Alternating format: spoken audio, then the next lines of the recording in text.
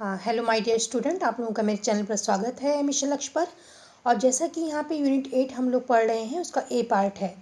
तो educational technology पढ़ रहे हैं और उसका जो आज का जो हम लोग का टॉपिक है वह है वाइगॉस्की के बारे में जानेंगे कि जो ये एक मनोवैज्ञानिक हैं, इनकी क्या थ्योरी है उसके बारे में जानेंगे। ठीक है, और उनका थ्योरी का क्या इम्प्लीकेशन हुआ है एजुकेशन टेक्नोलॉजी में, उसको भी पढ़ेंगे। तो जो वाइगॉस्की थे, इन्होंने जो थ्योरी दी है उसका नाम है सोशियो कल्चरल थ्योरी। ठीक है, सोशियो कल्चरल थ्योरी इनका नाम है। और ये जो थे, एक इनका पूरा नाम था लिव वाइगॉस्की, और एक रूसी वैज्ञानिक थे, रशिया के थे। ये एक रूसी मनोवैज्ञानिक थे और उन्होंने जो काम किया है वो संज्ञानात्मक विकास के एक विशेष रूप में काम या चिंतन पर अधिक कार्य किया है। ठीक है, भाषा चिंतन पर इन्होंने बहुत कार्य किया है। अगर हम संज्ञानात्मक विकास के बारे में देखेंगे तो ये भाषा चिंतन पर अधिक इन्होंने कार्य किया है। ठीक है, अब वाइगॉस्की जो थे वो कहते हैं कि हमारे स्वयं का विकास दूसरों के द्वारा होता है। जो हमने पियाजे की थ्योरी पढ़ी है उसमें पियाजे की थ्योरी जो हमने पढ़ी थी उसमें उन्होंने स्टेज की बात की थी। और उन्होंने सबसे ज़्यादा जो जोड़ था उन्होंने एज पे दिया था कि जैसे जैसे एज हमारी बढ़ती है वैसे वैसे हमारे ब्रेन का विकास होता है, हमारे जो चिंतन है, हमारी थिंकिंग की जो शैली वो बढ़ती रहती है। ठीक है, उन्होंने ये बात कही थी। अब फिर उसके बाद हमने ब्रूनर का थ्योरी पढ़ा था। उन्होंने ये कहा था, उन्होंने 3 स्टेज की बात की थी और पियाजे ने 4 स्टेज की बात की थी। दोनों ही लगभग एक जैसी बातें करते थे। और यहाँ पे जो ब्रूनर थे उन्होंने हम लोग को स्पाइरल करिकुलम के बारे में भी जानकारी दी, और जो इसका फोल्डिंग का है वो भी उन्होंने बताया। एक बच्चे का कमेंट आया था कि वो मैंने रिप्लाई भी कर दिया है कि जो इसका फोल्डिंग का जो सिद्धांत था वो वाइगॉस्की ने दिया था। बच्चे, वाइगॉस्की ने सिद्धांत दिया है, लेकिन सबसे पहले जिन्होंने दिया है उनका नाम है जेरोम ब्रूनर। सबसे पहले उन्होंने ये सिद्धांत 1947 में ये दिया है, और इसके फोल्डिंग का सिद्धांत। उसके बाद उसी सिद्धांत को इन्होंने भी अपने थ्योरी में अप्लाई किया है। ठीक है, तो आई होप अब आपकी कन्फ्यूजन दूर हो गई होगी। तो अब उसके बाद जो वाइगॉस्की हैं, वाइगॉस्की के अनुसार ये क्या कहते हैं, हमारे स्वयं का जो विकास है वो दूसरों के द्वारा होता है।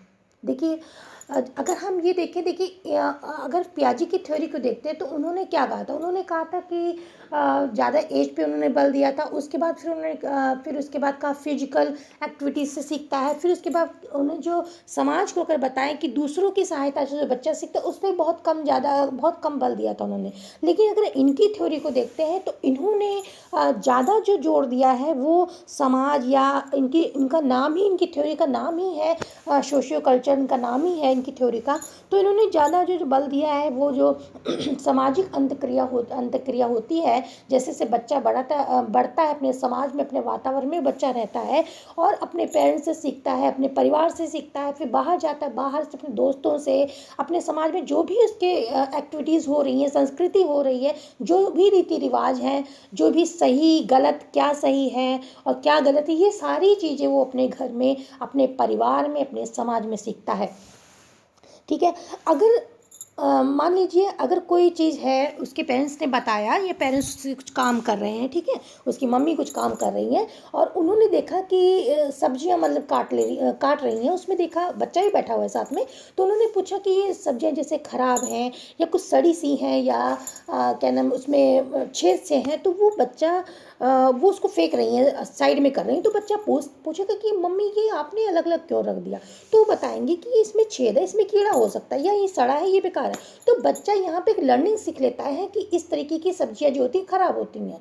तो इस तरीके से वो परिवार में रहा, परिवार की बहुत सारी चीज़ें वो सीखता है, जो कि फिर वो जब उसके अनुभव में आती हैं तब उसको ठीक करता है या आगे बढ़ता है। ठीक है, तो यहाँ पे वही बात कही कि हमारे स्वयं का जो विकास होता है वो दूसरों के द्वारा होता है। लेकिन देखिए इनकी बात भी ठीक है कि दूसरों के द्वारा होता है, लेकिन हमारा अपना भी तो ब्रेन का डेवलपमेंट होता रहता है। इसलिए दोनों चीज़ें ठीक है, पियाजे की भी थ्योरी ठीक है, इनकी भी थ्योरी ठीक है, क्योंकि बच्चे का देखिए जैसे जैसे मानसिक विकास होगा वैसे वैसे उसका थिंकिंग डेवलप होगा। और दूसरी बात, अगर वो उसको एक कमरे में बंद कर दिया जाए, एक ही रूम में रहे, कहीं बाहर न जाए, कोई वातावरण उसको नहीं मिलेगा, तो उसको तब भी उसका संज्ञानात्मक विकास नहीं हो सकता, उसका ज्ञान आगे नहीं बढ़ेगा। तो ये दोनों ही चीज़ें जरूरी हैं एक बच्चे के ज्ञानात्मक विकास के लिए, संज्ञानात्मक विकास के लिए। ठीक है।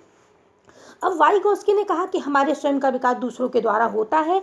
वाइगोस्की के अनुसार बालक का विकास समाज के द्वारा, ठीक है, समाज के द्वारा अर्थात समाज से अंतःक्रिया यानी इंटरेक्शन जो होता है के द्वारा बालक का ज्ञान अर्जन होता है। जैसे परिवार में रहता है बच्चा, समाज में रहता है, विद्यालय में रहता है, मित्र मंडली में रहता है, दोस्तों के साथ खेलता है कूदता है, इसके साथ ही अंतःक्रिया करता है, तो इसका जो मानसिक डेवलपमेंट होता रहता है, उसकी थिंकिंग बढ़ती रहती है। और अगर वो जैसे जैसे अनुभव उसको होते रहते हैं वैसे वैसे ज्ञान उसका बढ़ता रहता है। तो इसी सिद्धांत को सामाजिक और सांस्कृतिक सिद्धांत कहा है वाइगोस्की ने। ठीक है। अब इस सिद्धांत के देखिए बच्चे कई नाम हैं, क्योंकि देखिए आपका नाम अगर आप इंग्लिश की टर्म पढ़ रहे हैं तो उसका एक ही नाम होगा, लेकिन अगर हिंदी का पढ़ते हैं तो उसमें कई बार चेंज होके आ जाता है, तो आपको कन्फ्यूजन हो जाती है। तो इनको भी जान लेना आपके लिए ज़रूरी है। एक पहला नाम है वाइगोस्की का भाषा सिद्धांत कहते हैं, दूसरा है वाइगोस्की का अधिगम सिद्धांत कहते हैं, तीसरा है कि वाइगोस्की का सामाजिक संरचनावाद भी इसको कहते हैं, चौथा है कि वाइगोस्की का संज्ञानात्मक विकास का सिद्धांत भी इसको कहा जाता है, और पांचवा John of the proximal development भी यानी कि ZPD इसको भी कहा जाता है। ठीक है। अब एक एक करके इसको जानेंगे हम। अब ये बात करते हैं, ये कहते हैं कि ये समाज और संस्कृति और भाषा तीन चीज़, एक तो समाज पे, आपकी सोसाइटी पे, कल्चर पर, और आपकी लैंग्वेज पे, तीन चीज़ों पे ज़्यादा बल देते हैं, ये आपको ध्यान रखना है। ठीक है। उसके बाद बात करते हैं ये इंटरनलाइजेशन की बात करते हैं, यानी कि अंतरीकरण की, यानी आत्मसात करने की बात करते हैं। अब ये आत्मसात करना क्या होता है? बाहर वातावरण से अंदर की ओर, यानी कि जो बाहर का ज्ञान है, बाहर के रीति रिवाज है, बाहर की जो अनुभव है, बाहर की जो चीज़ें हैं, वो बच्चा जब अंदर की ओर अपने लेता है, यानी कि उस ज्ञान को अपने अंदर समाहित करता है, उसको ही हम आत्मसातकरण कहते हैं, यानी इंटरनलाइजेशन बोलते हैं उसको। समझ गए आप लोग कि बाहर का वातावरण, जो बाहर की चीज़ें, जब इन्होंने समाज की बात की है तो वातावरण की बात की है, तो जो बाहर के द्वारा जो ज्ञान अंदर की तरफ जाता है, समाहित होता है, उसको ही वाइगोस्की ने इंटरनलाइजेशन बोला है। ठीक है। यानी कि वह अपनी संस्कृति और समाज परिवार के साथ ज्ञान अर्जित करता है, इसी को हम आत्मसातीकरण कहते हैं। ठीक है। अब आगे चलते हैं। आगे इन्होंने देखिए एक इन्होंने टर्म बताई है ZPD। ठीक है। ZPD इसको कहते हैं जॉन ऑफ प्रॉक्सिमल डेवलपमेंट इसको बोलते हैं। और ये है क्या, इसके बारे में जान लेते हैं। ठीक है। ये थ्योरी क्या है या ये टर्म क्या है, इसके बारे में जानते हैं। देखिए, ये जब यहाँ पे क्षेत्र की बात हुई है, ऐसा क्षेत्र विकास के आसपास का क्षेत्र, ठीक है, उसके बारे में हम लोग जानेंगे। अब आप इसमें इस चित्र के माध्यम से, इसके डायग्राम के माध्यम से आप जान सकते हैं। देखिए इसमें क्या है, जैसे जैसे बच्चा बड़ा होता है, छोटे बच्चों से जैसे जैसे बड़ा होता है बच्चा, उसको छोटे टास्क दिए जाते हैं, छोटे काम दिए जाते हैं, फिर उसको वो जब कर लेता है, फिर उससे कठिन दिया जाता है, फिर उससे कठिन दिया जाता है, फिर उससे कठिन दिया, इस तरीके से जो इसके जो कठिनता का स्तर है, डिफ़िकल्टी का स्तर को धीरे धीरे बढ़ाया जाता है, उसके किसके हिसाब से, उसके मानसिक डेवलपमेंट के हिसाब से बढ़ता रहता है, और जिससे बच्चे का जीवन में अपना वो आगे बढ़ता रहता है। तो सबसे पहले जब बच्चा छोटा है तो उसको इजी टास्क दिए जाते हैं, जिसको वो आसानी से कर लेता है, कोई उसको डिफ़िकल्टी होती नहीं है। ठीक है। फिर उसके बाद उससे भी डिफ़िकल्ट, आपने देखा ना इसमें जैसे निशान लगे, उससे फिर डिफ़िकल्ट, उससे डिफ़िकल्ट, फिर एक ऐसा जो आप ZPD की लाइन में देखिए, इसमें देखिए लिखा है उसको टफ टास्क दिए जाते हैं, कठिन टास्क दिए जाते हैं जिसको कि उसमें बहुत मुश्किल होती है, ठीक है। बहुत, अब कोई ऐसा टास्क दिया जाए वो आसानी से नहीं कर पाता है, वो इधर भी कहते हैं ऐसे हो सकता है, ऐसे हो जाए, हो सकता है ऐसे हो जाए, कई तरीके अपनाता है, बहुत मतलब उसको डिफ़िकल्टी होती है, लेकिन वहाँ उसकी किसी की हेल्प नहीं लेता है, वो कर लेता है उसको, चाहे जितना टफ है, लेकिन वहाँ हेल्प नहीं लेता, वो अपने आप ही सब तरीके से फार्मूलेस लगा के, सब तरीके के चीज़ें लगा के उसको कर लेता है, हल कर लेता है। तो उसको ये जो टास्क है जो टफ है, लेकिन बच्चा मुश्किल से कर पाता है, लेकिन स्वयं ही कर लेता है, उसको किसी की ज़रूरत नहीं, कर लेता है वो, ठीक है।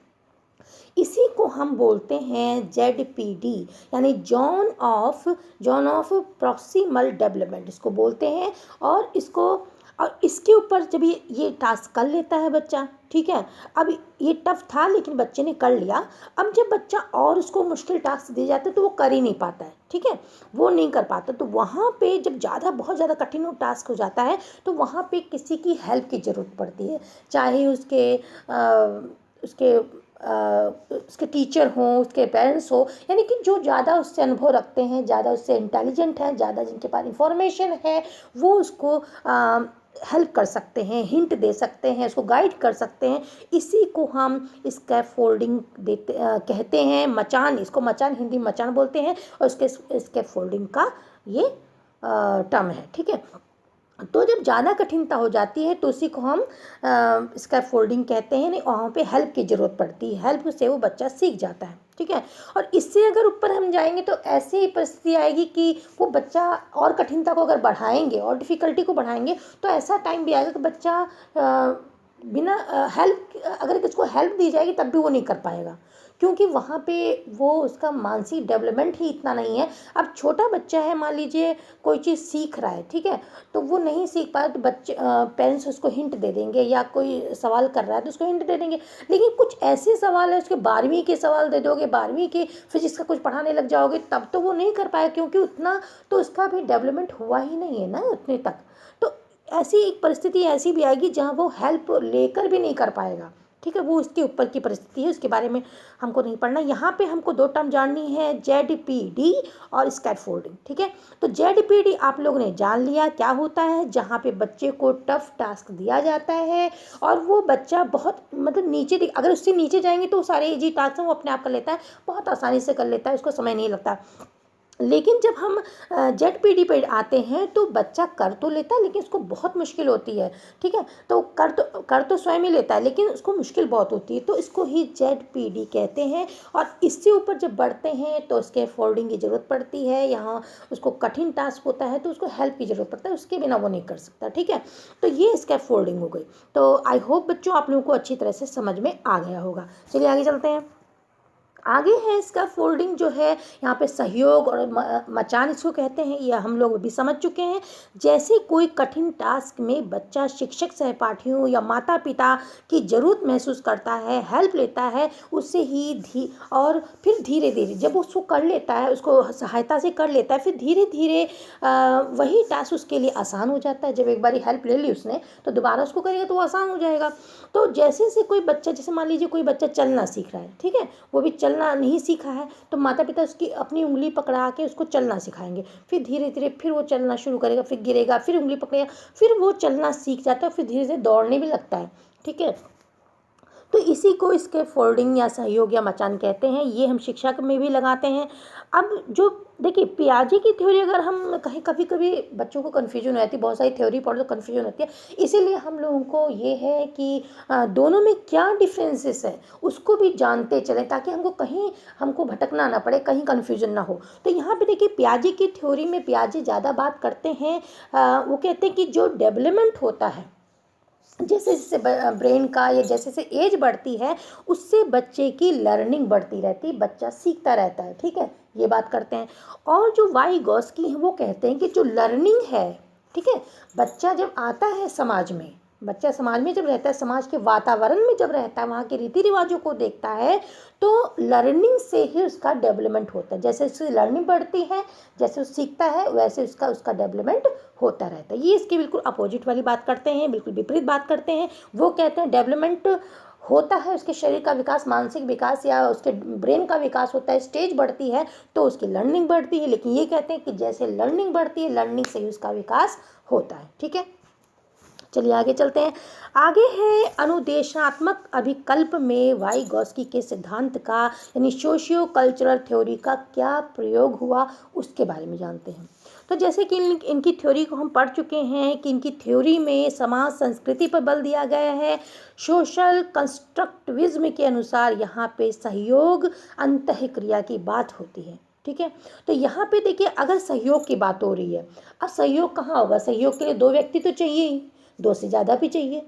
तो जब सहयोग की बात होगी, इंट्रक्शन की बात होगी, तो एक आदमी से तो इंट्रक्शन नहीं हो सकता, तो वहाँ पे ज़्यादा लोग चाहिए। तो ये बात करते हैं ग्रुप की, सहयोग की, समाज की, संगठन की बात करते हैं। तो यहाँ पे बच्चा क्या, देखिए अब यहाँ पे ग्रुप की बात हो गई, तो यहाँ पे हम अगर ये अन्वेषण की टेक्निक लगाएंगे तो बच्चे को जो क्लासेस में बच्चों करवाते हैं उनको डिस्कवरी लर्निंग करवा सकते हैं, वो भी ग्रुप में। ठीक है, ग्रुप में डिस्कवरी लर्निंग करवा सकते हैं, प्रोजेक्ट उनको दे सकते हैं करने के लिए, ग्रुप को, पूरे ग्रुप को दे दिया, प्रॉब्लम सॉल्विंग दे सकते हैं, एक्टिविटी बेस्ड कार्य करा सकते हैं। लेकिन ये सब ग्रुप में, क्योंकि ग्रुप की बात करते हैं तो अकेले की तो बात ही नहीं है यहाँ पे। ठीक है, उसका पांचवा जो पॉइंट हम देखें तो टीचर केवल मार्गदर्शन करता है।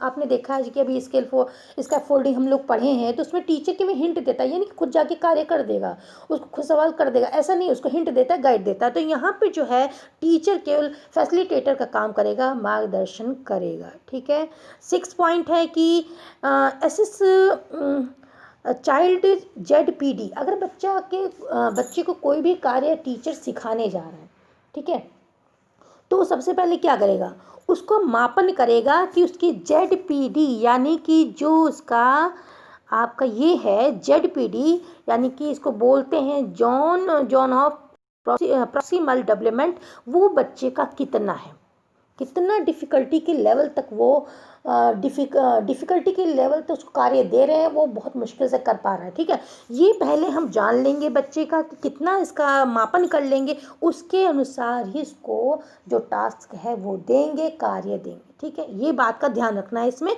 अगर हम अन्वेषण टेक्निक में इसका प्रयोग कर रहे हैं। Give task above the ZPD, और उसको ये देखेंगे, जब हम इसको मापन कर लेंगे फिर इससे अबव जो है ZPD से अबव जो कार्य है वो उसको देंगे, जहाँ पे उसको इसके फोल्डिंग की जरूरत पड़ेगी, फिर टीचर्स को हिंट देंगे। ठीक है, ये हिंट देंगे या गाइडेंस देंगे, ऐसे ही धीरे धीरे बच्चे का विकास होएगा। ठीक है, अब जब हमने उसको टास्क ZPD उसकी देख ली, फिर प्रोवाइड द स्कैफोल्डिंग, उसको हम मचान या सहयोग देंगे, और यहाँ पे गाइडेड इंस्ट्रक्शन देंगे, क्योंकि मचान और इसमें सहयोग में यही होता है, गाइडेड इंस्ट्रक्शन देंगे। और ये जो यहाँ पे क्या होता है, यहाँ पे ये हो सकता है कि जो उसके सहयोगी हैं, जो पीयर ग्रुप है उसका, उसमें भी कुछ बच्चे ऐसे होंगे, क्योंकि ये एज की बात नहीं करते हैं। जो पियाजे ने जैसे एज की बात की है, तो इन्होंने एज की बात नहीं की, इन्होंने सहयोग की बात की है, समाज की बात की है। तो यहाँ पे जो पीयर ग्रुप है उसका, वो भी उनको गाइड कर सकता है, बच्चे को पीयर ट्यूटरिंग भी दे सकते हैं। ठीक है, पीयर ट्यूटरिंग भी दे सकते हैं उसको, जो सहयोग है, बच्चे हैं नहीं कुछ समझ में आ रहा तो उसके सहयोग भी उसको समझा सकते हैं। ठीक है, इसके फोल्डिंग दे सकते हैं। और cognitive apprenticeship for the gifted child, अब कुछ स्पेशल बच्चे होते हैं, देखिए उनके लिए क्या है कि उनको भी अलग से उनके डेवलपमेंट में उनको सिखाया जा सकता है। अब यहाँ पे ये बात करते हैं कि जैसे बच्चे छोटे हैं, जैसे छोटे बच्चे हैं, तो अब ये होता है कि यहाँ पे ये चीज़ होती है कि एक तो देखिए एक बच्चे से दूसरा बच्चा भी सीख सकता है। ठीक है, और उसके बाद फिर ये होता है कि जैसे मान लीजिए एक दूसरे को भी वो लोग सिखा सकते हैं। और अगर हम इसकी बात करते हैं तो ये जो अगर गिफ्टेड चाइल्ड है, कोई स्पेशल चाइल्ड है, कोई विशेष बच्चा है, तो उसको अलग से भी हम टीचर जो है उसको बता सकता है, सिखा सकता है। अब आगे अगर हम पढ़ें तो है रेप्रोकल, हाँ टीचिंग, इसमें क्या होता है, इसमें ये होता है कि इसमें ये होता है कि यहाँ पे इन्होंने एज के बारे में बताया, इन्होंने कहा कि सब एक दूसरे से सीख सकते हैं। तो ऐसी भी परिस्थितियाँ होती हैं कि कभी कभी टीचर जो है वो भी बच्चों से बहुत कुछ सीखता है। अगर एक बच्चा दूसरे बच्चे को बता रहा है तो टीचर जब वहाँ उनमें साथ में रहता है तो टीचर का भी जो अनुभव है वो बढ़ता रहता है। यानी कि ये नहीं कि यहाँ पे इन्होंने क्योंकि एज की बात की नहीं, यहाँ पे ये नहीं कहा कि बच्चे जो हैं टीचर से ही बच्चे सीखते हैं। यहाँ पे ये है, इन्होंने कहा है कि जो टीचर है वो भी एक तरीके से सीखता रहता है बच्चों के साथ, या मतलब वो भी अगर कोई चीज़ में है तो सीख सकता है। तो इसी को इन्होंने रेसिप्रोकल टीचिंग कही है। तो ये भी टीचिंग यहाँ पे, इस टीचिंग को भी हम लोग अपना यहाँ पे इस चीज़ की भी बात होती है अगर अनुदेशन में कहते हैं। क्योंकि देखिए अनुदेशन में अगर टीचर है तो टीचर भी बच्चों से बहुत कुछ सीखता है, क्योंकि ये अनुभव टीचर वैसे तो एक जो टीचर है वो एक स्टूडेंट अगर बना रहे जीवन भर तो उसके लिए बहुत ही अच्छा रहता है, क्योंकि टीचर स्टूडेंट बना रहता है तो वो जीवन भर आगे बढ़ता है, अपडेट रहता है। ठीक है, तो टीचर जो है, तो यहाँ पे ये नहीं कि बस बच्चे ही सीखते हैं, टीचर भी बच्चों से बहुत कुछ सीखता है इनकी थ्योरी के हिसाब से। ठीक है, तो आई होप बच्चों आप लोगों को ये थ्योरी अच्छी तरह से समझ में आ गई होगी। उसका क्या प्रयोग है इंस्ट्रक्शनल टेक्नोलॉजी में वो भी आपको समझ में आ गया होगा। So thanks for watching.